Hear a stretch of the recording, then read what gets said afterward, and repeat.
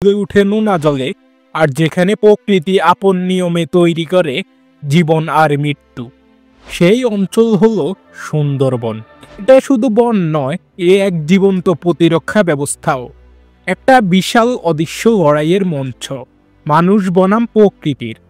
আর মাঝে আছে বাঘ, জোয়ার আর ভবিষ্যতের ছায়া। সুন্দরবন পৃথিবীর সবচেয়ে বড় ম্যানগ্রোভ বন।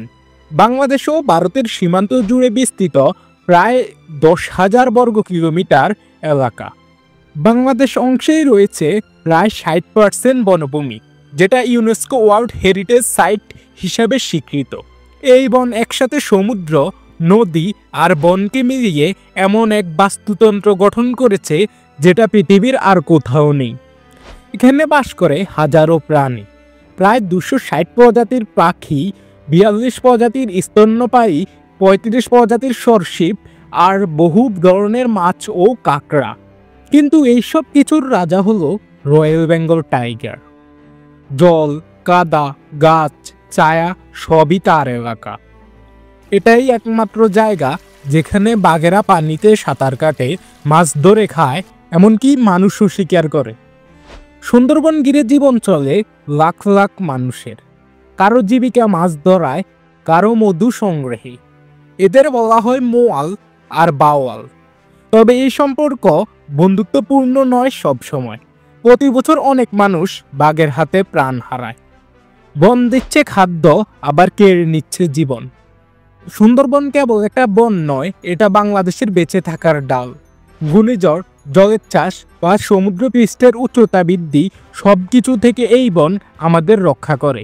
1991 সালের ঘূর্ণিঝড়, 2007 সালের সিডর, 2009 সালের আইলা, সবখানেই সুন্দরবন একটি প্রাকৃতিক বর্ম হিসাবে কাজ করেছে।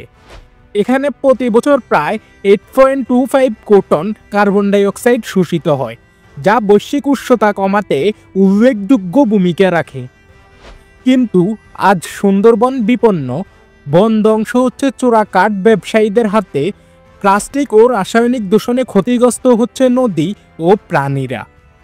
রামপাল বিদ্যুৎ প্রকল্প ও শিল্প কারখানার প্রসারণে বাড়ছে শব্দ ও বাতাস দূষণ। আর জলবায়ু পরিবর্তন তো আছেই।